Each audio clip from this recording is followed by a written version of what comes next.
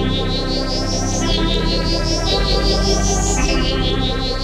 guys, it's Will. And I'm Mike. Welcome to First Watch, the show that's part review, part reaction. Today is a very exciting day. It is. I think for both of us Oh, yeah. and for Jim, who's behind the camera and is a big fan of both Donna and Taryn. We have with us Picasso Trigger, Andy Sidaris. So as you may or may not know, Mill Creek is releasing basically, I think all. I think all 12. So they've done Yeah. 4 Andy Sidaris films on Blu-ray. They have 2 more coming out in. Are they coming out in September of 2019? I think so. This came out in July of 2019 along with Savage Beach. This movie is called Picasso Trigger. It is the 3rd film in the BBB series, which is Bullets, Bombs, and Babes, right? Yep. If you're unfamiliar with Andy Sidaris, he is an Emmy-winning sports director. Directed the Olympics. He directed basketball, NBA Finals, and stuff like that. He's just like, And fuck then it. in I want to do this stuff in now. his later career, he made basically like ground zero for what I've begun calling trash pieces, which is a masterpiece of trash. And trash in the best way possible, not in an insulting way. Yeah. Like, these movies are incredible and clearly made by people who know that they're not making great movies. Yeah, and they're sure also have like the epitome of the 80s. Yeah. Because it's just like naked women everywhere, dudes with huge muscles, shit blowing up constantly, oftentimes for no reason, rocket launchers, helicopters, all that, machine all that guns. fun stuff. Yeah. Wave runners. I don't know if it's in this one or the other one. Savage Beach. Yeah, that wave runners. So But like, no, but in this one too. This one too. Oh my god. This one has the boat, right? And then they steal the boat and they return it to a different place. No, and this what is was that? the Or this that has other the one? scene at the end where there's the guy escapes on a hovercraft and the other guy goes after him on a jet ski. Yeah. This one also has the boats though. There's a river chase. Oh yeah, the riverboat. Yeah, Yeah. the Okay. riverboat's So pretty we'll cool. get into that. Yeah, but there's a lot of cool stuff as you can so tell. this movie is the 3rd film in this series. Like I said, the first one is Malibu Express. The second one is Hard Ticket to Hawaii, and then this is the one, as best as I can tell, doing minimal research, but having watched them, where they start trying to be like, this is a series of interconnected films, like a cinematic universe, because the Donna Spear and Hope Marie Carlton, who are both Playboy playmates, who are in a lot of these films, play the same characters in this movie that they played in the previous movie, and they are like secret government They're like agents yeah. in Hawaii, whose cover is they run like a sightseeing plane business in Hawaii. And they work with a guy with long curly hair who's a kickboxer whose name I can never remember, but he was like an actual champion kickboxer, and he does like a lot of fun Yeah. fight scenes.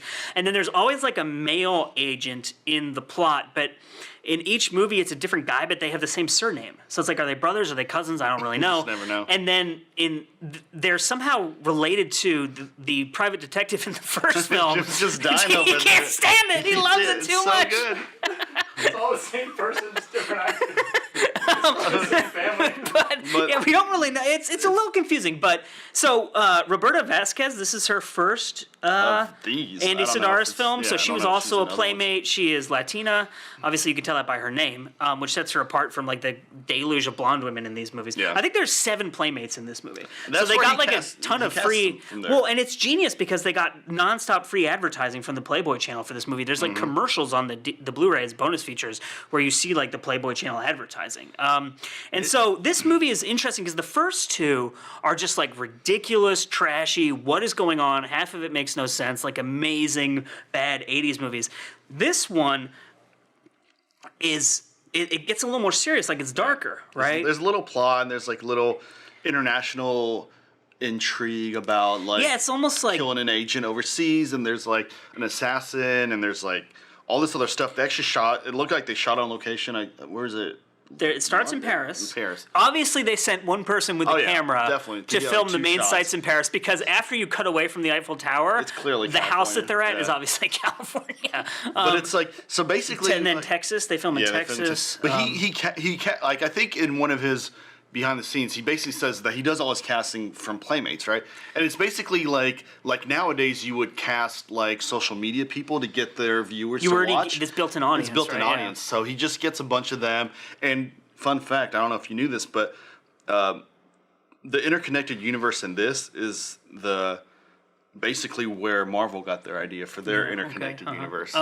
It's a true story. It's a true story. True story. Look it up. So, the plot, Picasso Trigger is the code name of an agent who is shot at the beginning of the movie. He's like an assassin. Right, And, an international assassin or something like that. He gets killed at the beginning of the movie, and then the brother of the guy who died in Hard Ticket to Hawaii is out for revenge, and that ties into the Picasso Trigger plot. So the government agents, who consist of 7 playmates, and the two guys. Yeah.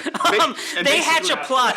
Yeah. Oh, and there's also like They're getting wiped out, right? there's a They're- mobster in Las Vegas who works for a guy who makes snuff films with prostitutes. It's surprisingly dark, yeah. I Well, was but it's like, "Geez." so this movie, to me, like the most obvious comparison is if you took the kind of the silliness and the preposterousness of the previous films, and then you kind of took like some Scarface influence. And the thing that it really reminds me of actually is the Timothy Dalton James Bond movies. If anybody's familiar with those, Living Daylights, and especially the one with Benicio del Toro, License to Kill. Because that's about drug runners, and it's like very violent and dark for a James Bond movie. But it's like, this is a similar international espionage movie, but there's lots of naked women, and it's very silly. But then there's also this kind of weird darkness that comes out of nowhere. Yeah, like, because, like, in a film like the dying is usually over the top and comical. Like, people getting blown up with rocket launchers, but, like... Or this that guy's- scene where he throws that guy out the window for no reason. Yeah, There's a but, like, scene where he this one beats where a guy he's, up, like, completely yeah. knocked out, and then he just throws him out to, like, the top floor of a skyscraper. It's fun. But, like, this one, when they talk about, like, making snuff films, it's like, ah, damn, that's Like, really where did that dark come from? For, Yeah. for a film like this, and there's... Yeah. You don't see the snuff film. No. Spoiler alert, but yeah, it doesn't ruin your fun. But it's like, damn, that came out of nowhere. Yeah. It's like, okay, he could have just been making, like, And there's porn or like there's something, these but, two like, women no. in Vegas who have like a sexy, barely clothed dance routine who are also undercover a agents nice scene. who are spying on the snuff film guys. And yeah, so There's it's the like bodybuilder from the second one is now a good guy, and it's like the same actor. And he's right, just, like, but a giant he dude. plays one of the henchmen in Malibu Express, and in now this he's, like, a good so guy. this is like it's almost like if you did like a Playboy Channel goofy version of a '80s James Bond movie. That's exactly kind of what what it this is, is. yeah. But it's like very fun. It's fun. and silly. I was actually kind and of, I was a little surprised because, like, you know, there's a helicopter, there's a pretty nice, like, boat chase in a river. Like I know it's not a Yes. big budget film, but there is some, like, stuff in it. Like, there is some money in the this, right? boat show, the boat chase. Yeah, that's this amazing. woman steals a boat, drives it down the river. They're shooting all these people going crazy, whatever. She at the end of the chase, she pulls into a. I mean, they're like miles away. Miles. And some woman comes up to her and is like, "Hey, you took my boat." It's like, like, "What- why would Why you- are you here? Why weren't you in that- the first place where the boat was? And then she gives her money for the boat rental. She's like, and whatever. She's like, okay, Even though they cool, were shooting thank guns you. and stuff. I love how in these movies there's never a police presence, even though these people are like shooting rocket launchers, murdering people, throwing people off out of skyscrapers in like a densely populated area. There's no police. Nope. So- Well, but that just makes it easier. Yeah, it just but, makes it easier. But it's almost like there was a revelation, like to try to describe how this movie differs from the others, if you care.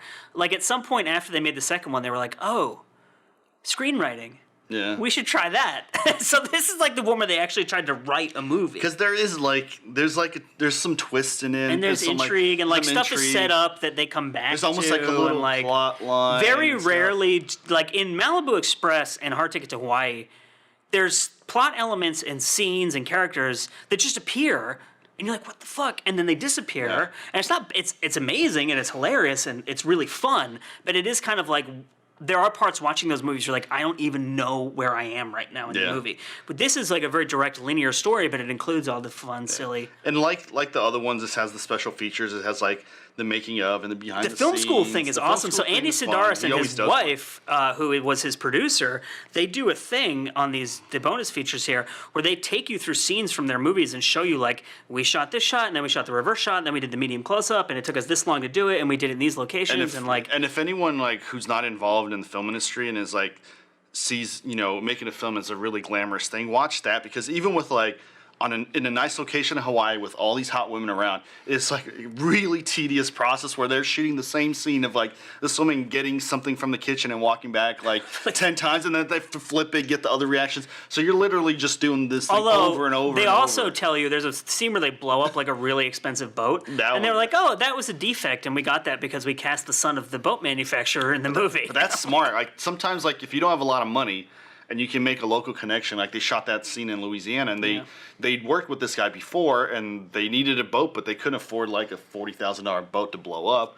And they're like, we'll give you one of the defects ones if you just paint it and cast my son in this. And he's just like in a little scene without any speaking lines, but like gets blown that's up. pretty smart. That's how you gotta do stuff So, like that. Picasso Trigger, I mean, at this point, my life goal is to either get cast in a series of films like this or make one myself. We're gonna make them, yeah. So we'll include links if you're on YouTube to where you can buy this and watch trailers and stuff. And then on Instagram and Facebook, we will tag the company so you can go find them and check this out. Definitely check These it out. movies are cheap as fuck. They're like, I don't know, like $10 on wherever, No Best idea. Buy, They're Amazon, definitely worth whatever. it. Very fun.